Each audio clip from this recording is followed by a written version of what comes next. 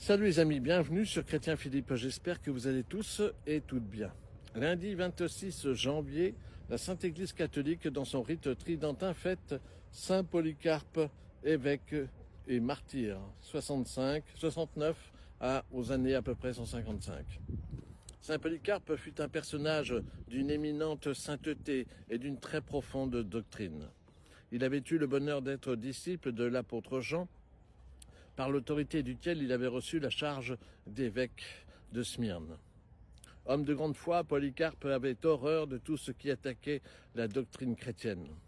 L'hérétique Marcion s'approcha un jour de lui audacieusement au moment où Polycarpe détourna la tête pour éviter de le voir et lui dit « Ne me connaissez-vous pas ?» ?»« Si, répondit l'évêque, je vous connais pour être le fils aîné de Satan. » Une telle âme était préposée au martyr.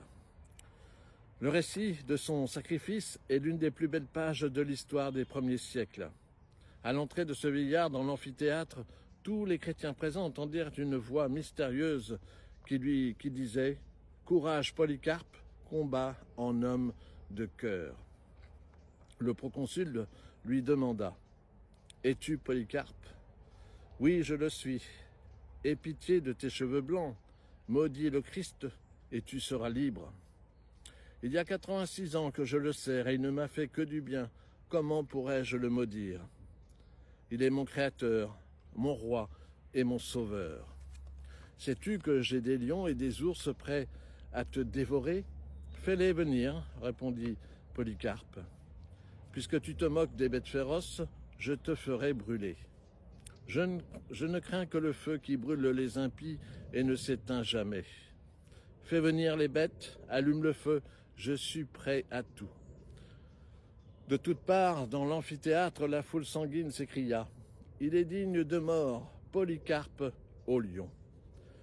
Mais les combats des bêtes féroces étaient achevés, on décida qu'il serait brûlé vif.